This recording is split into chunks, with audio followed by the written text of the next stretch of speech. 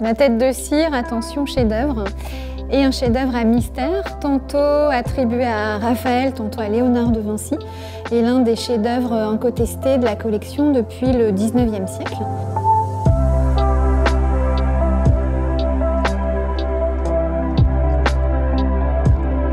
La tête de cire, c'est le petit visage d'une jeune fille qu'on imagine entre 15 et 17 ans. Un petit visage un peu pâle avec des yeux en blond de verre, une absence de cils, une absence de sourcils, une coiffure gracieuse.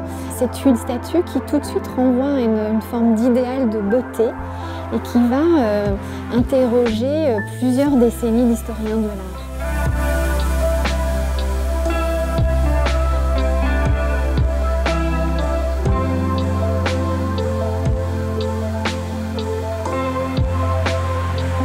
Elle arrive dans les caisses de Jean-Baptiste Vicat en 1835. Elle devient tout de suite le numéro 1 des inventaires du futur musée lillois. Elle est présentée dans une niche assez somptueuse avec un fond doré, une balustrade de protection comme dans un petit temple. Et de manière assez inattendue, en 1911, c'est la tête de cire de Lille qui est proposée comme œuvre de substitution à la Joconde du musée du Louvre qui est volée en 1911. Et c'est une statue qui a été énormément copiée. On retrouve des têtes de cire à Boston, Berlin, Chicago, jusque dans les collections de la reine d'Angleterre au château de Windsor.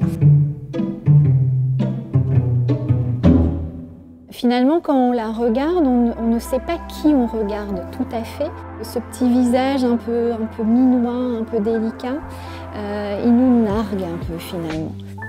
Et c'est peut-être pas la bonne question de se demander de quand date-t-elle et qui l'a réalisée.